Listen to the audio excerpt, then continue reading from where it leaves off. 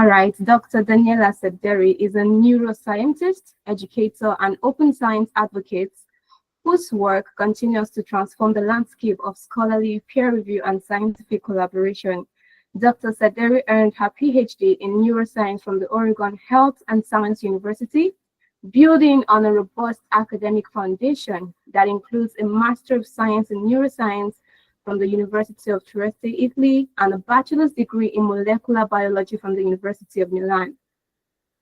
She is a dedicated researcher, educator, and her scientific contributions have focused on understanding how the brain processes natural sounds, a line of inquiry with significant implications for improving communication aids and treatment for auditory dysfunctions.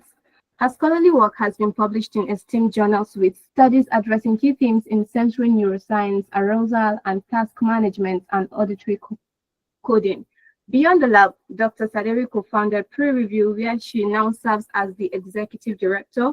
Under her leadership, Peer Review has emerged as a pioneering initiative committed to making scholarly peer review more equitable and transparent and inclusive, particularly for early career researchers and those historically underrepresented in academia. She has spearheaded mentoring programs, hosted inclusive community events, and led the development of open source infrastructure that fosters meaningful engagement with print peer review. Her impact extends to the global open science community through her role as Mozilla Fellow for Science, during which she helped build decentralized and inclusive platforms for knowledge sharing. She also brings rich experience in fundraising, program and management, educational outreach, and community organizing skills. She has applied as an educator in programs like Brain in a Box and a coordinator of coding bootcamps for neuroscientists and a passionate advocate for women in science. Among many accolades, Dr. Saderi is a recipient of the Predoctoral Research Service Award, the Tata True Fellowship, and a full scholarship of OpenCon 2016.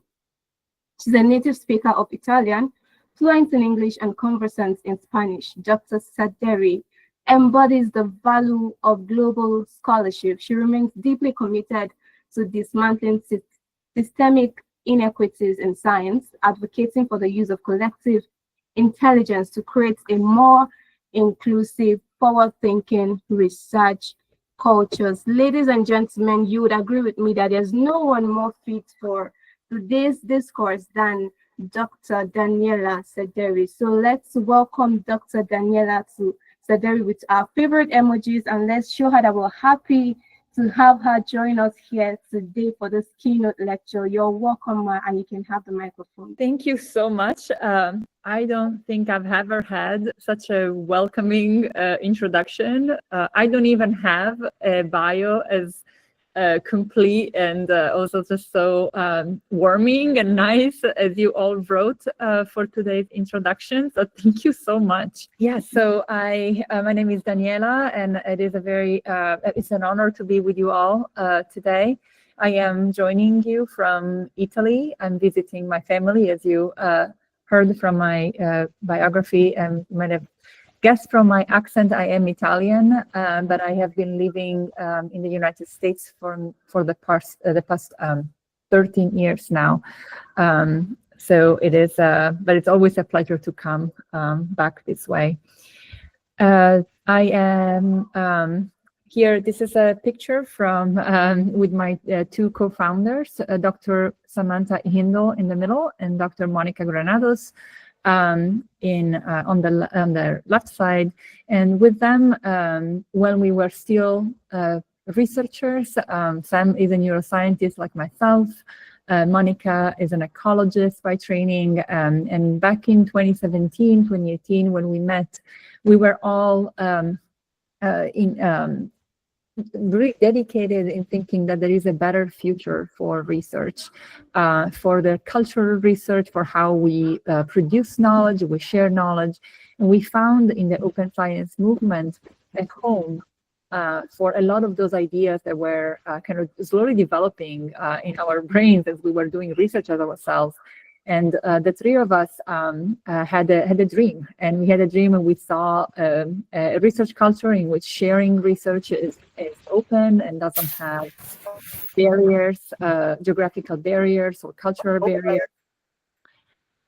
And we co-founded Pre-Review to really reimagine how scholarly evaluation can be done in a better world.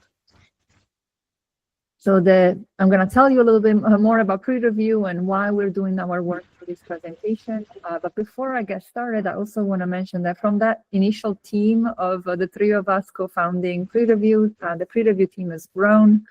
We now have 5 dedicated people. One has just left, and we're about to replace that position. So that's why the last there's not a photo in there. But and we have a very committed team. Without them, none of the work that I'm going to talk about would be possible. Same for our main funders that have supported us through the years. So that dream that we originally had with Sam and Monica has grown to really think about how can we transform the systems of scholarly peer review and publishing, replacing those systems of like inequitable, inaccessible practices to actually something that is truly founded on equitable practices, on accessibility, transparency. How can we reimagine a system that is not bounded to historical barriers that have been put? So like questioning who decides what knowledge is, who are the experts, who decides who is an expert or who is not, and really rethinking about a system that is more inclusive, which is a very big task, thinking about how academia is actually developed on exclusion as its very core value. And so our goal is to ensure that the contributions of all experts, all researchers are valued, are recognized, and they're honored in the same way, and can all be funneled to drive systemic change. Please let me know if you cannot hear me. I cannot see anything while I'm sharing. So interrupt me at any time if you stop hearing me or if you need me to repeat anything. A slide link. Yeah, can you hear me okay? Yes, you're audible. Great. In the comment section, I put a link to this presentation, and there's going to be, all links are going to be clickable. Just want to mention that. Okay, so why do we think that peer review is a good place to start building this different future for scholarly communication? Well, peer review, first of all, let's start with the definition. I'm sure that a lot of you here, an audience of researchers that are active in this scholarly communication space, know the definition of peer review, but here is just one definition from Wikipedia. And what I would like to highlight is that peer review is seen as this form of self-regulation by qualified members of a profession. So what we like to really question a peer review is who are those qualified members? Who decides who is a qualified member, who is not? Like challenging that idea of like power that is entrenched in how the process of peer review exists. And if we look, I love looking at images. Peer review is often depicted as a black box in which a researcher has put like years of work into a manuscript, and they put it into this machine, not really knowing what's going on, what's going to happen, when they're going to hear back from the journal, and then they're just going to wait to know if they're going to be accepted or rejected. So it's this opaque process that not very many know exactly how it works and in what time frame. It's also depicted as this route to acceptance of the paper, but where death is literally at the end. I'm sure many of you have heard of the publish or perish. So if in academia, if you don't publish, it's just really hard to advance. And this process of peer review evokes a lot of feelings of fear, at least in me, as I was a researcher, of almost as entering a war zone in which I am unarmed, but everybody else is there to tear me down. And so I really like to question, like, why is that? Why is peer review seen, instead of being a process that actually helps researchers, helps me advance and build upon the knowledge of others and put our knowledge that others can build upon? Why does it have to be that way? And also, why does it have to be controlled by very a few individuals that belonged often to the very similar regional, geographical region, and often are male and advanced in their career? So when we asked about, like, who are the reviewers, who are the editors, we don't have a lot of data out there that actually measures the identity of the reviewers, because, as you all know, and this varies across disciplines, but oftentimes reviewers remain anonymous, and the names of the reviewers are not known. But there are some studies out there, like this one that I'm citing here. And again, the links are available in the slides, and I'll post them again at the end of the presentation. They looked at the senior editors, reviewing editors, and peer reviewers at the journal eLife between 2012 and 2017.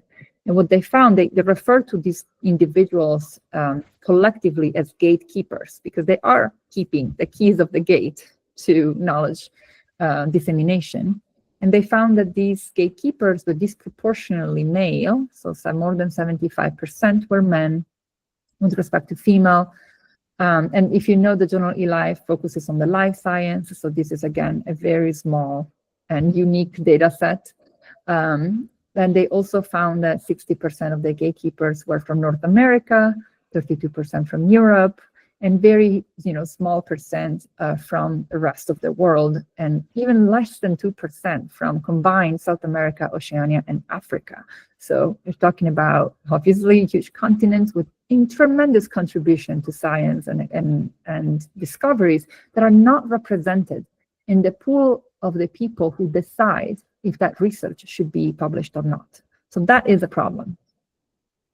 And the other component of this is that the gatekeepers, quote unquote, are also often not early career researchers. And obviously the definition of early career researchers can vary quite a bit depending on who you talk to.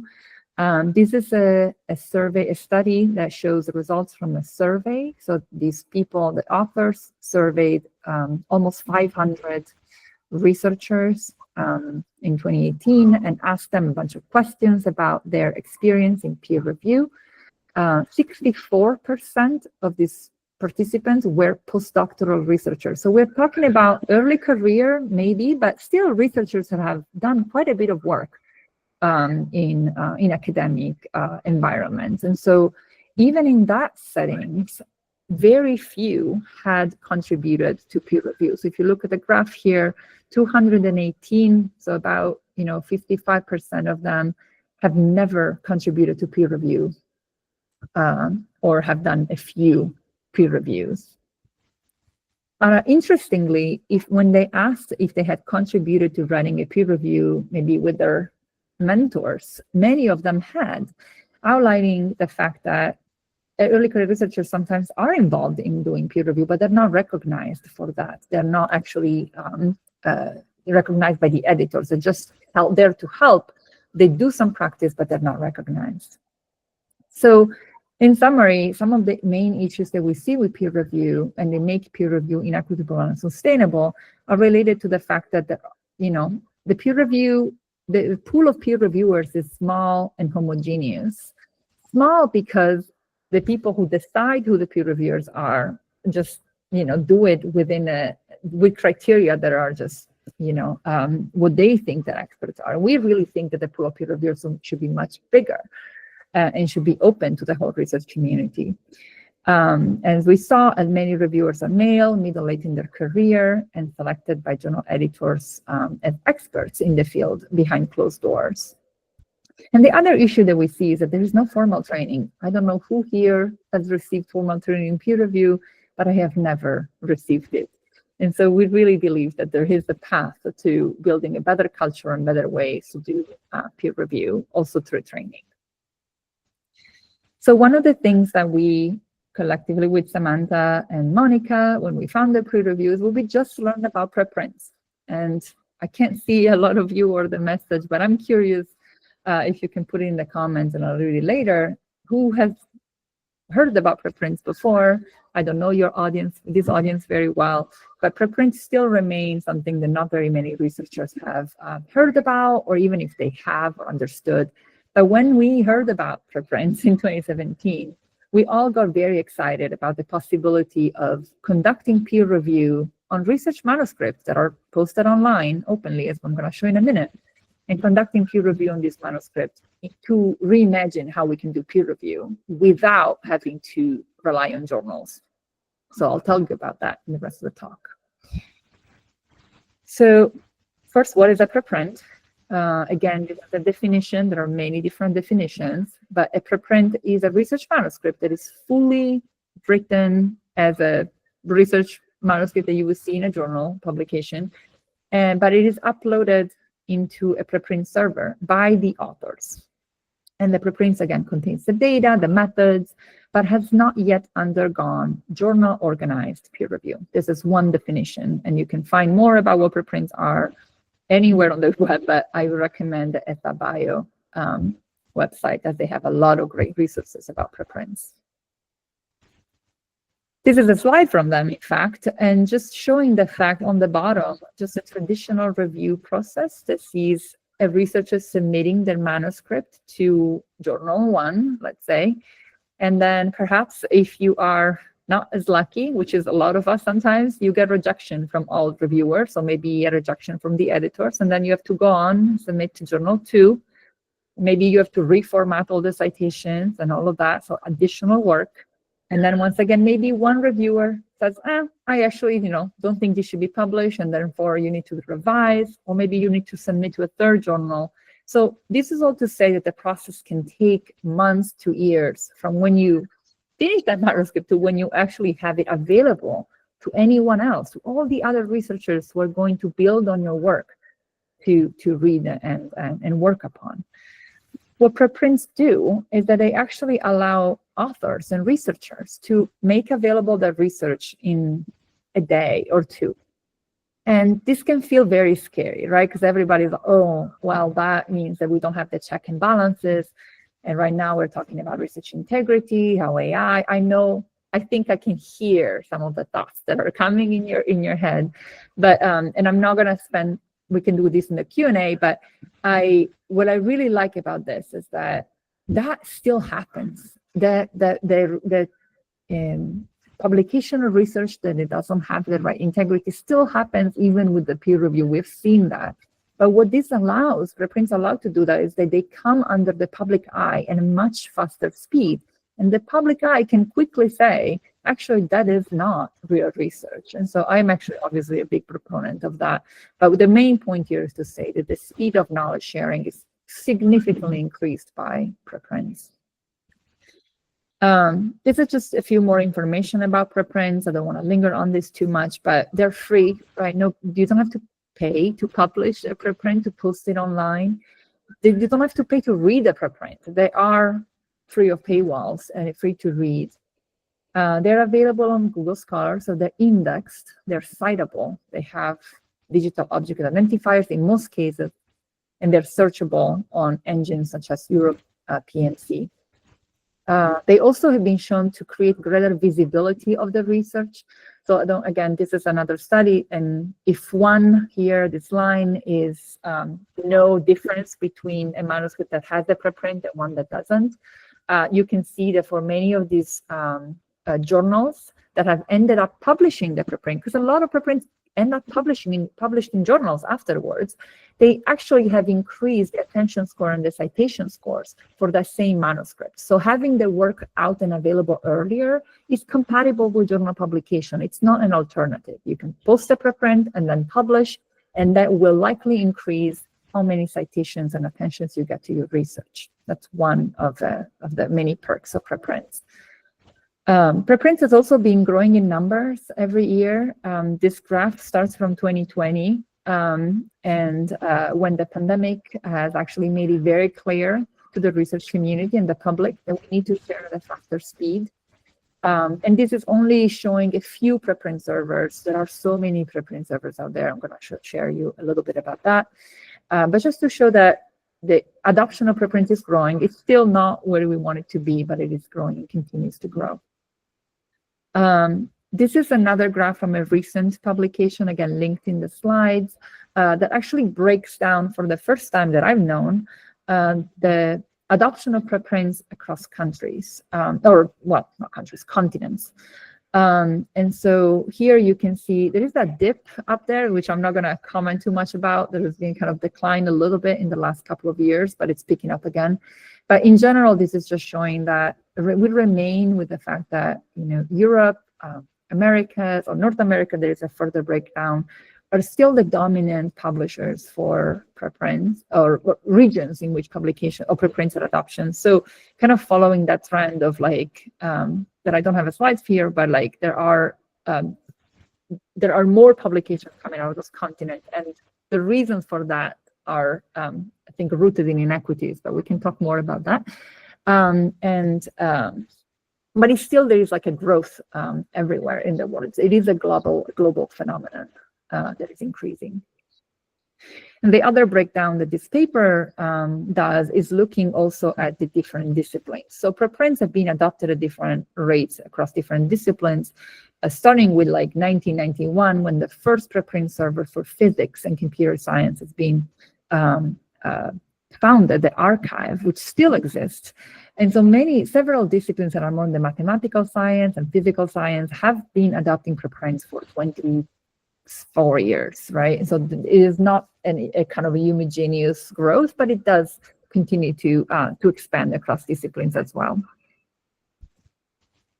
There are many preprint servers, and you can find your best, you know, your favorite one, depending on your disciplines, your region, or your, you know, there are many factors you can consider when you choose a preprint server. The ESA-Bio, again, provides a great resource for a directory for preprint servers, and here are just some logos, including the Africa Archive preprint server that is specific for research coming up from the African continent. And I linked there to their preprint, and I'm going to have a demo at the end that shows also how to find the preprint from Africa Archive and review it on pre-review. I can get back to that link. The other thing that I love about preprints, and obviously I'm biased because that's my work, is that they allow for constructive and community feedback to happen. So this goes back to the original motivation for me and Sam and Monica, and now from the community to continue to grow peer review, is that we use preprints as a great way to innovate in peer review. Because we don't need to, you know, we can collaborate with journals, but we're not the gatekeepers of what we can review or not, because it's published. The authors decide the preprint goes out, and then different communities and groups can develop around preprints to create groups of feedback, to create new guidelines and reimagine how we can provide feedback to one another in the research space. The review of preprints is also growing. We don't need to look at too much in the details here, but it is not as a fast pace as the preprints, but this is just to say that it's also a newer phenomenon, and more services are coming up with ways of reviewing preprints. And this is just another slide adapted from ESA-Bio, big shout out ESA-Bio, to show many different services that are out there that in a way can provide review of preprints. Some are very minimalist and some are more journal-like on the right. And pre-review is one of them. And I'm obviously going to focus more on pre-review since I know more about it. Okay, so what do we do at pre-review and why? We are a review platform, a research center, and a convener. That's how we try to define what we do. And that's because we focus on training. We really believe that there is a culture that needs to change, and technology alone cannot make that change. So through our training programs and talks, we try to bring on board and learn from researchers on how we can make a better peer review system, and really embed issues of social issues into how we can become better reviewers. So really thinking about our own biases, what we bring to the process, and how we can make it better. We also design and develop and maintain open source code that gives birth to our platform, where anyone with an ORCID identifier, and I'm going to talk more about this, can review preprints openly. And we try to create as many options as one can think of, because we really believe in the inclusivity aspect, and anyone should have the way to provide constructive feedback to research manuscripts posted as preprints. And we also organize community events and calls like this, but on on Zoom. So we use the video calls to collaboratively discuss preprints in processes we call live reviews. And I'm going to tell you a little bit more about that and share an opportunity to join us. And create different programs to, again, continue to build a community around the world that can help us move towards that future of open and equitable peer review. So dissecting a little bit that first slide and giving you a little bit more information if you're interested. So Open Reviewers is the training that we develop, and there are many resources out there. So you can go to peerreview.org/resources that are openly available on Zenodo, resources on how to peer review with like templates, anything that you can need. I'm a big proponent of lowering the barriers, including like email templates to invite others to review with you. And we run these trainings with many different organizations. A wonderful collaboration that happened a few years ago also developed some kind of more localized version of the training that would have been translated into Arabic and French in collaboration with Training Center and Communications Africa, Africa Archive, and ADER Africa, and eLife. And those resources are available on that page.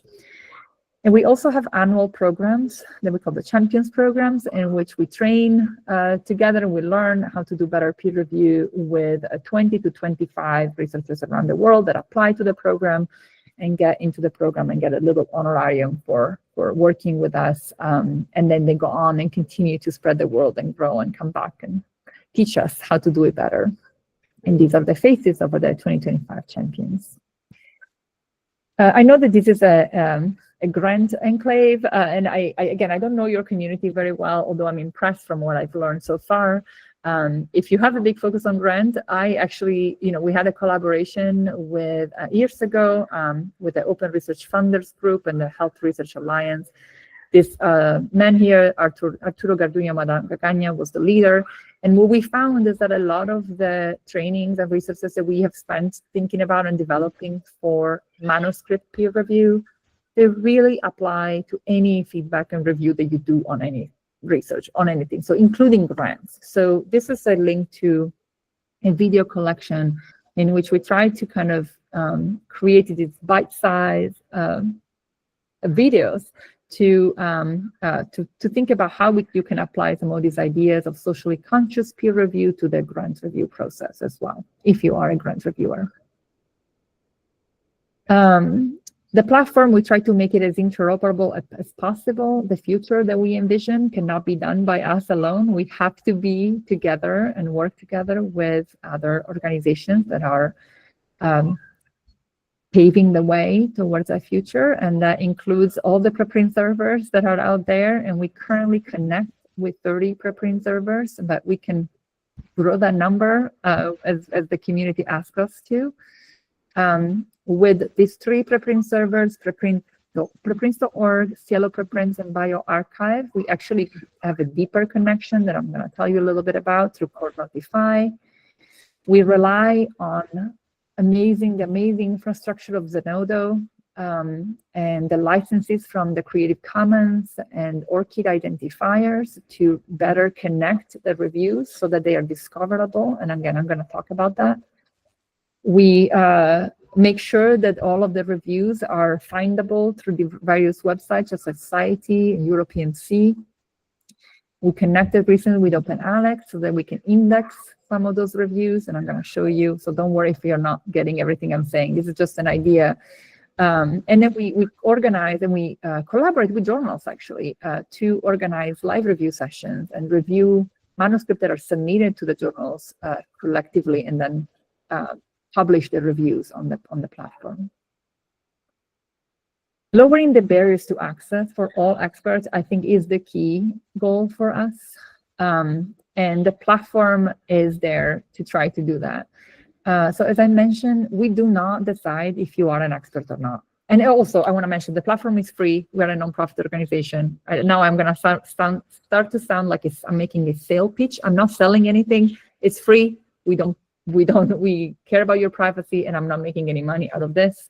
But I just, sorry, I wanted to mention this because but anyone with an ORCID identifier, which you can create at any time, tied to your name, can review and create a profile on pre-review.org.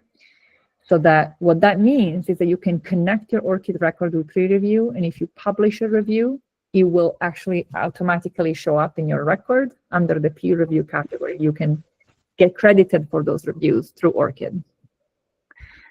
You can create a unique and private pseudonym. Right now I'm showing this. It's no longer private. Never do this. But if you create an account on pre-review, you'll have a unique pseudonym. That means that you can be anonymous when you publish a review if you don't want to show your name. But we can still enforce the code of conduct, meaning that if you publish a review anonymously, and for example, we find out that you're the author or you're a friend, you violate the code of conduct in any other way, your feedback is not constructive, we can still, contact you because we know who you are from the back end, and we can still say, you're no longer invited to join our platform, which is very rare, but sometimes it happens. And also there are a series of customized profile settings that you can decide to connect with Slack. You can decide if your email should show up or not in your profile. You can decide what career, you can share your career stage, your research interest, your location, and a bunch of other things. You can add them to your profile, and you can make them private or open as you wish. And we really like to help out on how to do reviews. So we have different, I'm going to show you in the demo if there is time. There's also video with different ways to publish a review on pre-review.org, and one of them is the structured pre-review, and there's going to be questions that we ask, and you can answer yes or no or somewhat, and add context to that. So there's kind of more of a structure to the review that can help out if you don't want to just look at a white box. I'm going to kind of glance over some of these details because I think I'm talking too much. They did tell me 45 minutes, but I think I can go a little bit shorter and have a discussion with you all. But here, just to say one cool feature that we just recently developed is ability for authors. So if you are submitting a preprint to one of these 3 preprint servers, hopefully this will grow into other preprint servers, but for now is bioRxiv, preprints.org, and Cielo Preprints. You can find an option to request feedback from pre-review. And so then pre-review will be notified that that preprint needs feedback. And so we want to connect you as an author to the people who are there to provide that feedback. And so on the website, there's going to be a list of review requests. And those are then searchable using OpenAlex, which is, you don't need to, if you know what it is, great. But all it does is that associates the field of, like, for example, this is a preprint on, actually don't know what that is, but like, let's say the category of, like, it's a neuroscience preprint, or it's like a physics preprint. So it gives some tags to the preprint so that you can, if you want to review something that is within your topic of expertise, you can search that way. And then all reviewers can, anyone actually on pre-review can also provide a comment to the review. So maybe you read a review, maybe you're the author and you want to say thank you, or you want to say, actually, I don't understand. You can comment on that preprint review and also get get the comment itself as a discoverable piece. Because everything that gets published on pre-review has a DOI, so digital object identifier, and a license, which is open. It's an open license, meaning that your reviews are citable. They have the name associated that you gave to the publication. It could be your real name or your pseudonym, and you retain the copyright of your own work, not us. The training, as I mentioned, we really focus on that piece of how do we reflect, how can we really become more conscious about our biases and assumptions and what we bring to the peer review process. So this is one of the guidelines that we have available, and it's free on Zenodo. It's how to review. And the first step of 6 steps is that reflection on our own biases. And we have a whole guideline for that, also linked in the slides.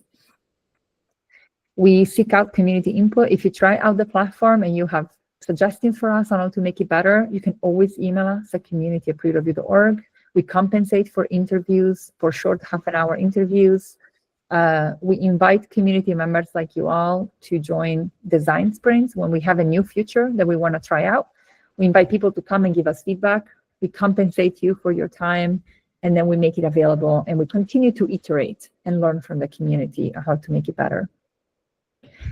And the most interesting and cool part, I think, of this year's roadmap is this translation and localization work.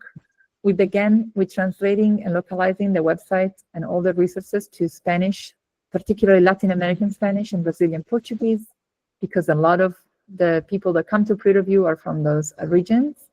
And so not yet available on the website, but available on Sandbox is the translation of the whole website into these 2 languages. And hopefully we'll continue and expand to more and more languages as we grow. Last of this kind of tour, and I'm going to stop talking, is this, as I said, the live reviews, these calls that we organize in collaboration with some of the logos and organizations, including the Africa Reproducibility Network, to organize these preprint review sessions in which we collaborative review, and then we publish the review together. There is one of them coming up on this preprint, and the link will be available on the next slide. This is just a QR code if you have your phone with you. Everybody's invited. If you don't think you know anything about this particular preprint, you can still come and listen in. And I'm actually quite sure that anyone can have some feedback, even though you think you might not. But we can all have feedback for each other. Last that I want to point out, actually, I forgot that I added this, is this peer review clubs. And I wanted to mention this review and curate network. So these are groups of researchers that belong to the same research institution, or perhaps that are just a growing group like the review and curate network. I don't know, Rosalind, if you're here. Rosalind is an amazing community member and a peer review champion that has started this group, and you can join that group and club and review together. Or you can also request to start your own club. Maybe Age would like to have your own peer review club. You can talk to us, and we can make it for free. And you'll have your own page that lists all the reviews that you have done together. Yeah, you can join the club, and some clubs are closed, sometimes are open. So there are different options that we can make for you. Okay, so I'm done. This is a link to a demo that is on YouTube. I'm happy to demo if it's needed. I'm happy to answer questions, have a conversation for the remaining of the time. I'll share again the link to the slides. Oh, I don't want this to start right now. That's Chad. He's amazing, our head of product. Here's just what you can do next, a few suggestions. And we are always here. You can email us to have a chat if you need help creating an account, if you have more questions.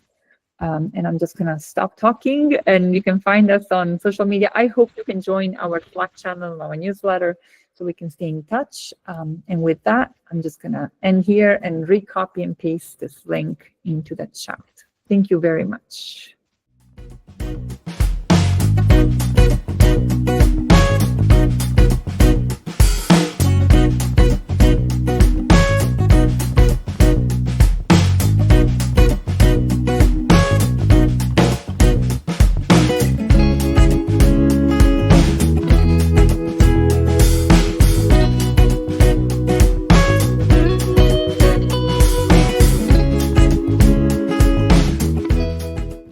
Wow, thank you so much, Dr. Daniela. This was quite an insightful presentation. Please, let's give it up for Dr. Daniela. Let's appreciate Dr. Daniela. It was quite insightful. Thank you so much for giving us insights into pre-review, preprint. We're quite delighted and we're grateful for this amazing presentation. So right now we'll be moving to the section of questions and answers, and we'll be having Dr. Daniela Saderi once again attend to these questions. So if you have questions, please kindly raise up your hand so that we can point you out for and give you the opportunity to ask your questions.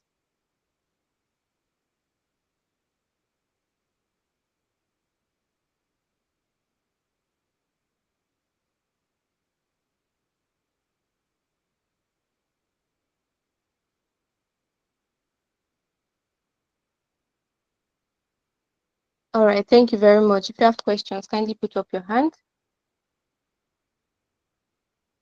All right, we will take 2 questions at a time to save time. 2 questions at a time.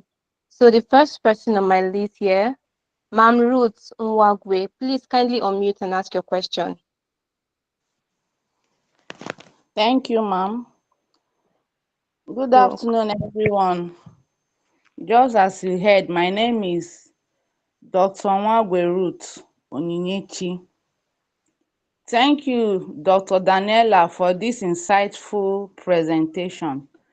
I've been hearing about preprint, but I didn't take it very serious. But today, I've seen that it's very, very important. But I have a question to ask you, ma'am. This preprint, can it be used in a university setting for assessing a lecturer for a promotion?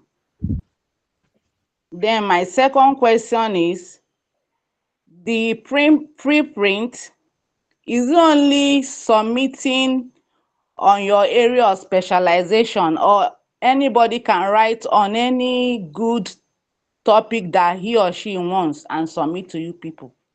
These are my questions. Thank you. all right, thank you very much.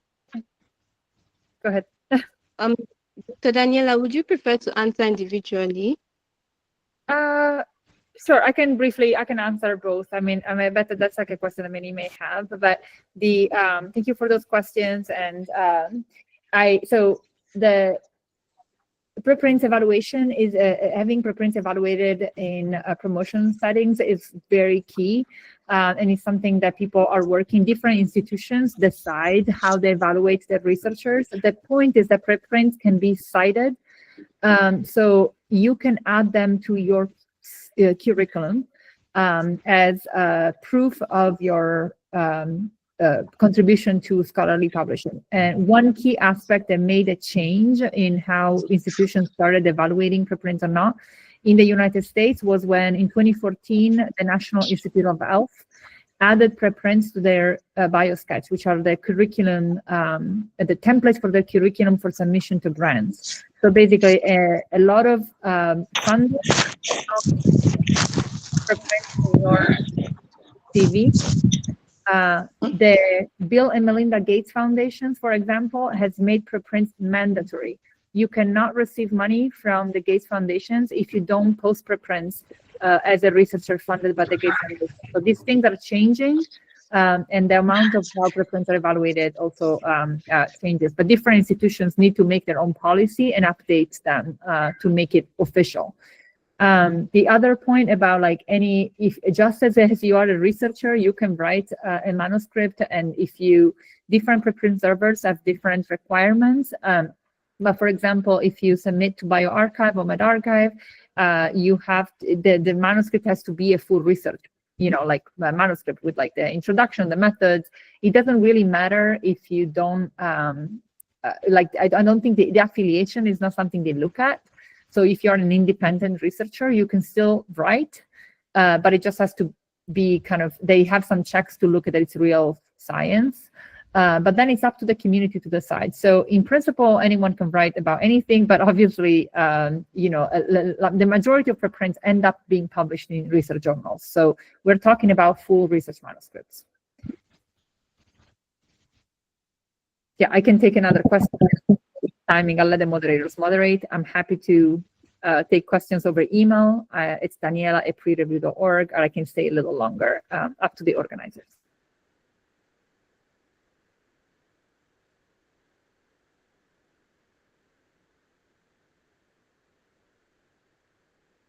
Hello, Saraji Mustafa. Please, you can unmute and ask your question. Thank you for the beautiful presentation. Can you hear me? Yes, you're audible. Yeah, so thank you very much for the beautiful presentation, Dr. Daniela. My question is, is on the issue of preprints. So do you think it's ethical to publish by preprints? Don't you think it can lead to data theft since the article is yet to be accepted and finally published? Thank you. I'm not sure I captured, I heard everything is a little breaking up for me, but I think the question was like, if I think that publishing preprint is ethical. Exactly. Yeah, there is another question like related to AI. I mean, the fact that AI or anyone can write something and submit it, it's true, it's happening. But preprints are not the way that is done. Like we have seen over and over how published peer-reviewed research that has been plagiarized, that has been written by AI, was actually published by those high-impact journals that you all are, I heard Age talking about. The high impact of a journal doesn't mean that they only publish real research. So we need to really start rethinking the fact that peer review in the way that it's controlled by journals is not a mechanism for integrity. It is a mechanism to really like kind of gatekeep and keep knowledge from being shared. So it is, I do think it's ethical. I think it's unethical to publish research that is not real, but that is not the way that preprints do it. That can be done by anyone you can submit to a journal fake research, and we have seen that can go through peer review without being detected.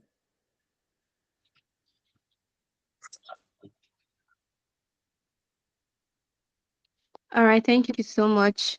Zahiman Johnson, kindly unmute and ask your question, please.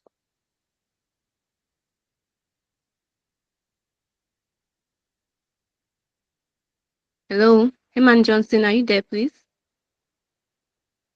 Okay. Yes, I'm here. I'm here. Thank you so much. I want to appreciate. Please, can you hear me? Yes. Yes. Okay. Thank you, Mrs. Moderator. I want to appreciate the presenter. Some of the questions has been answered. I just want to ask. I want to believe that preprint is there to review people work. My question is that, do they normally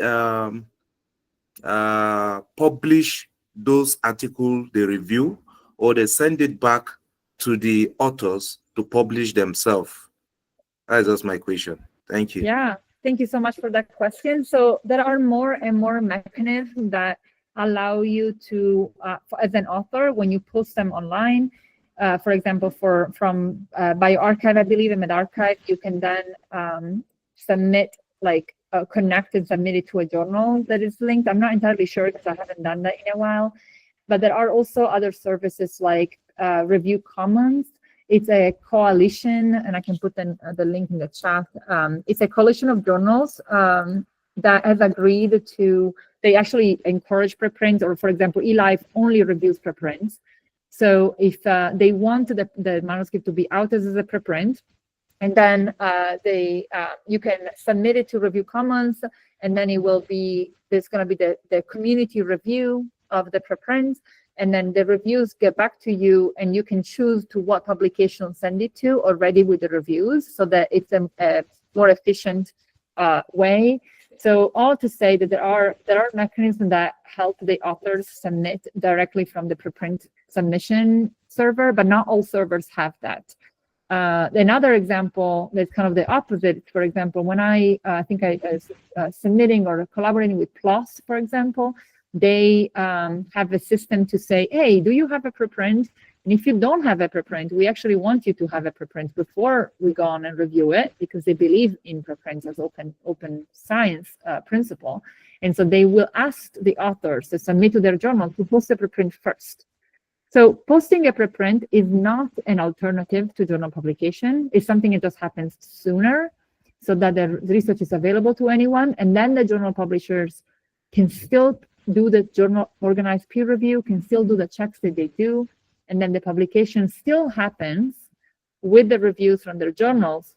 And it receives a digital object identifier that is linked to the preprint. So all the scholarly record is available, it's transparent. So I think that we need to create more and more infrastructure to make this obvious and clear that we're not talking about authors posting on the internet whatever they want without having any checks. So we're talking about a system that makes your knowledge and research available sooner, but still can go and needs to go through the scrutiny of the research community. We're just, a pre-review, we just start to opening it up to the wider community, and then we work in collaboration with journals and do more precise checks on their own topics. I hope I thank you so much. Yeah. Thank you very much. So we'll be taking the last two questions together. Dr. Onoja, please kindly unmute and ask your question.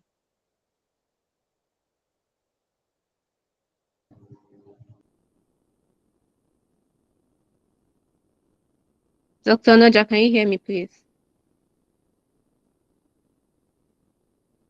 All right, let's have Dr. Tony Adeleke. You can unmute and ask your question, sir.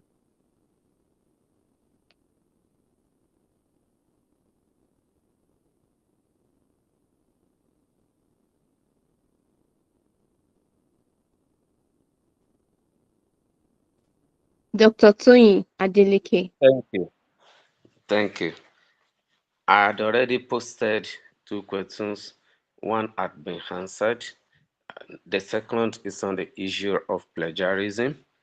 So if the new submission still see preprint as plagiarism, what's the way out? What's the way forward? Thank you.